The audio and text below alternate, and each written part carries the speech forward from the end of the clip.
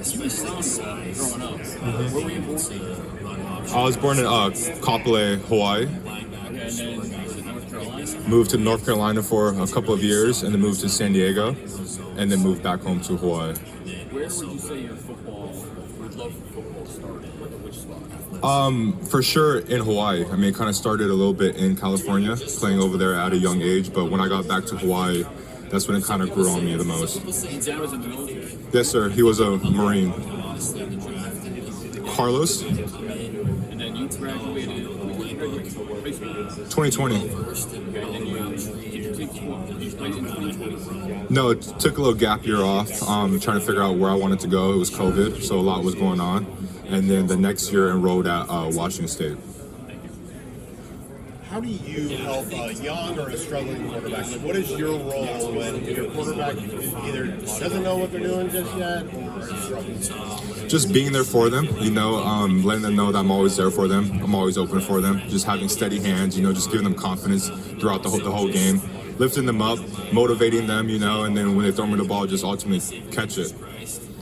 You're showing a lot of great blocking on tape. What do you do to take pride in being physical on the perimeter? Just try to establish dominance however I can, so I feel like that's part of the game, running and hitting. So just doing my part and blocking someone and just making the running back's life way easier. Have you had a chance to meet with the Minnesota Vikings and all this week? No, sir. What would you say is what would you say about your game? I feel like I've done it all. I'm very versatile in what I do at the receiver position. I did a lot this year for Ole Miss, vertical threat, catching for access throws, and also blocking a lot. So I've done it all, and I can do it all, and I showcase a lot of my abilities doing that. Ole Miss had a lot going on from the outside and the national level. What was that like for you guys late in the season? It was a lot, there's a lot of distractions in a sense, but we kind of pulled everything together, kind of didn't worry about the outside noise, about what coach was going to do and all that kind of stuff, and we just played the best ball that we could. During that how do you feel your leadership? Just being a vet and just understanding that the whole thing is a business. So you're just kind of not having that affect us, All the younger guys on the team, just kind of bringing them up and kind of just showing them, hey, like a lot's going on, but it doesn't matter. We still need to go out there and play football and win games. John, what makes Austin Simmons an effective quarterback? Just how smart he is. He's a very smart quarterback. He throws the ball very well.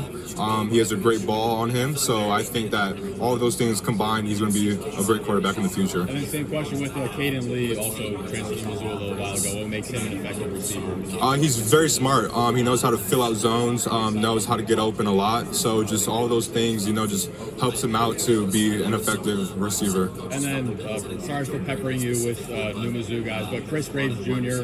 also going to Columbia. I don't know how much you lined up against him in practice, but what can Mizzou folks expect out of Chris? He's an aggressive player. He knows his strengths very well. He knows how to use his body, and he goes out there and competes at a high level. Just from your perspective, are there any differences between catching a football from a right-handed quarterback compared to a left-handed quarterback? It spins a little different, but once you work with the quarterback and you get it down, it's really not anything, The ball is a ball, and they throw it, and you have to catch it, so... When you think of Ole Miss football, you think of that pace of play, getting up to the line and go at all times. How did that affect you as a wide receiver? It didn't really affect me at all. I came in very conditioned and very in shape. At Oklahoma State, we kind of ran a similar tempo offense, so it really wasn't that big of a adjustment for me. Yeah, and then how are the checks at the line of scrimmage? Always having to be aware of when we get this kind of look, I have to be doing this route. How was that mental side of that? Yeah, it was a little adjustment on that part. Coach Kiffin liked to put us in the right spot all the time, so no matter what play call we had, we just made sure that it was the right call at the right time. So just being aware of that, that's just another mental part of the game, but it wasn't a hard adjustment at all. What defensive backs did you enjoy going up against the most?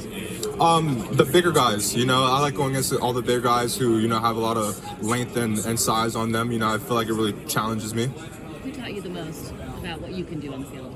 DB-wise. DB-wise, was Jalen Watson. I played against him my freshman year. He was at Washington State with me.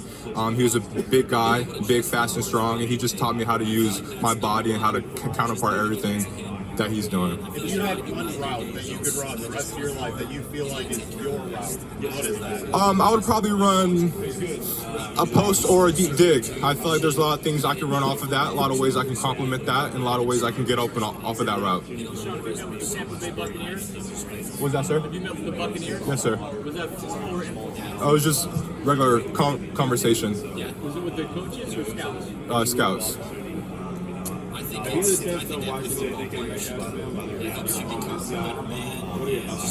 Yeah, I watched him a lot growing up and still watched him a lot when I was at Ole Miss.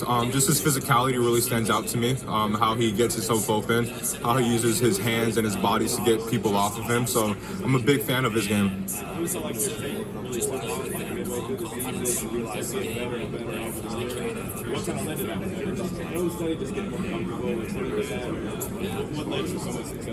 Yeah, I feel like it was just getting more comfortable with the quarterback, and then the coaches just having more confidence in me. Having confidence in me that I'm gonna go out there and make the plays, and when we need a catch, they were coming to me later on in the season, and that just shows my whole process and my hard work and my dedication to the whole team.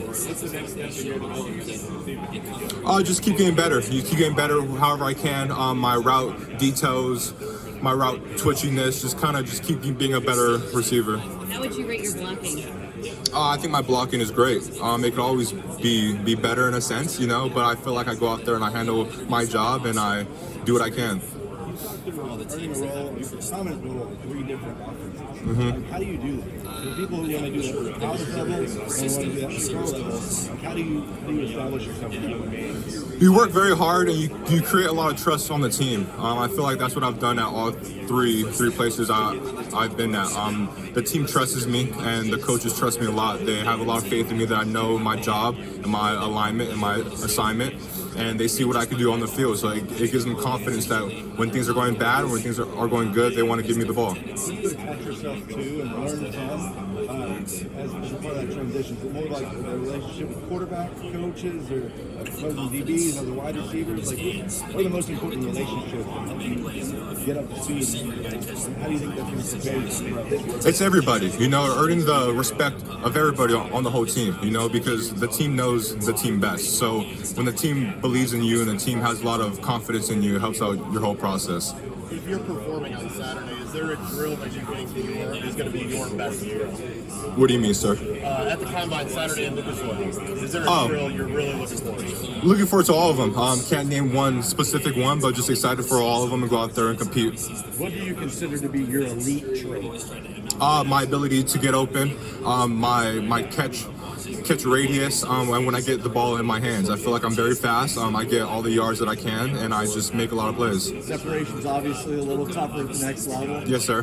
How do you what part of getting separation is key in your opinion? Just the physicality part, getting their hands off of you, creating separation at the top of the route, at the release, and at the catch point. What's the hardest part of going from program to program to program like you've done? Just moving, getting adjusted to the new geological location that you're at, really. Yeah, and you're coming from Hawaii across. Does that add an extra barrier to it? You can't U-haul your stuff around, right? Yeah, I kind of just ship everything, or I don't really carry a lot of stuff with me also. But yeah, it's just moving states, kind of getting adjusted to each different state, the food there, the people there, and just the overall weather,